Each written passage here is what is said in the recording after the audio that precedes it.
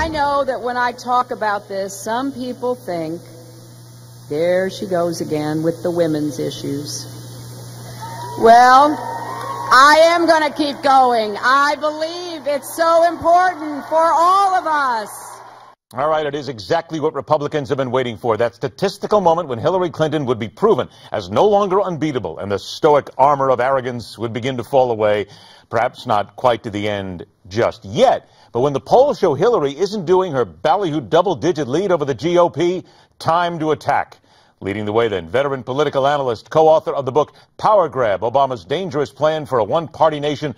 Let's welcome back Dick Morris. Dick, here we go, because here comes the poll that comes out from Quinnipiac University. Head-to-head, Colorado, Iowa, and Virginia. Jeb Bush, Marco Rubio, Scott Walker. Hillary Clinton does not have a huge lead. Is this something you would expect? Not just not a huge lead. She's 5 to 10 points behind each of them in each of those states. Yeah, I think that I've been saying for a while on your show that I think we have to wait until you begin to see Hillary actually falling behind Republicans in the swing states. And that certainly is what this poll indicates. And Hillary's response is typical.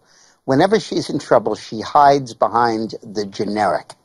This isn't about her. This is about people's fatigue with her raising women's issues. That's what this problem is about. It's not about the emails. It's not about lying. It's not about secrecy. It's not about the millions in speaking fees, tens of millions. It's not that at all. It's that people are tired of me standing up and fighting for women's issues, but I'm going to continue to fight for them. She always hides behind the generic because it's always more acceptable than her own performance. I want to talk about that gender card in a moment, but you just hit on something here then, Dick. These numbers are from 3 swing states. In your opinion, then, how do the Republican candidates then use what they know here, what's working here, in order to turn the tide in other states? Oh, I think it's in every state. I think that they're swing states because they epitomize the national behavior. Half the states are to the left of them, half are to the right of them, but proportionally, I'm sure that if you polled California and you polled Utah, you'd find the same point swings in the ultimate blue and the ultimate red states. The important point here is that toppling Hillary from the Democratic nomination has had to be a multi-phase process. The first phase is to raise the perception of her as untrustworthy and put her face-to-face with her own lying. That we've done. The second phase is for the perception that she's not truthful to affect her basic favorability ratings, and that's clearly happening. The third step, which is now happening, is for her to begin to lose swing states in trial matchups. Then the fourth stage, which will come, is the Democrats saying, oh my God, you know, I like Hillary and I don't believe the negatives on her, but she's losing all these states. We've got to find somebody else.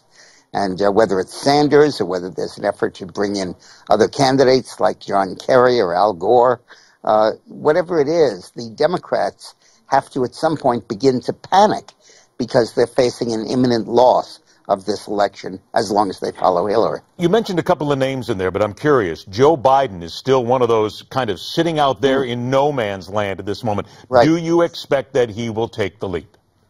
Yeah, I should have led with him. He's the most likely. There was an interesting poll last week that asked Democratic primary voters, do you support, who do you vote for? And then of those who, 13% voted for Biden. Then of the 87% that did not vote for Biden, they said, could you see yourself voting for Biden? And another 43% said yes, bringing his potential vote share to 56%. And I think it would go higher.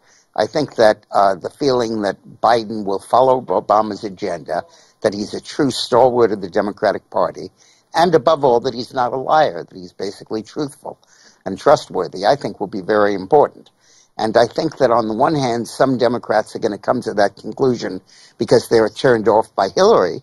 Others will come to the conclusion because they're scared to death of Bernie Sanders. All right, 45 seconds left then. Let's turn to the GOP debate coming up. Donald Trump will be involved. How does the GOP, the other candidates, keep this debate from turning into the latest Donald Trump reality show? Oh, I think Trump will be the dominant figure in the debates. Because everybody's expecting that and they're waiting breathlessly on what he says next. But there are other candidates who have other missions in the debate. And you have to go through each of them to understand it. We should do a bigger show on it. I think Cruz, for example, needs to portray himself as the most consistent conservative. Rubio needs to button up, needs to buck up the idea that he's a strong conservative. Walker needs to establish his credibility in foreign affairs and national issues, not just state and local issues. Huckabee needs to secularize his agenda so that he's not just treated as an ecclesiastical candidate. And what you're talking about in there, and exactly what we're going to do as we continue to meet here, is start to tear this all apart and look into everybody, remind everybody here. You want to look into something that'll tell you a lot about what our current president has been undergoing and what he's done? The book, Power Grab, Obama's Dangerous Plan for a One-Party Nation. Dick Morris is the co-author. Get your copy at powergrab411.com. Dick Morris, thanks so much for joining us. Stay with us because the fastest 60 minutes of news continues.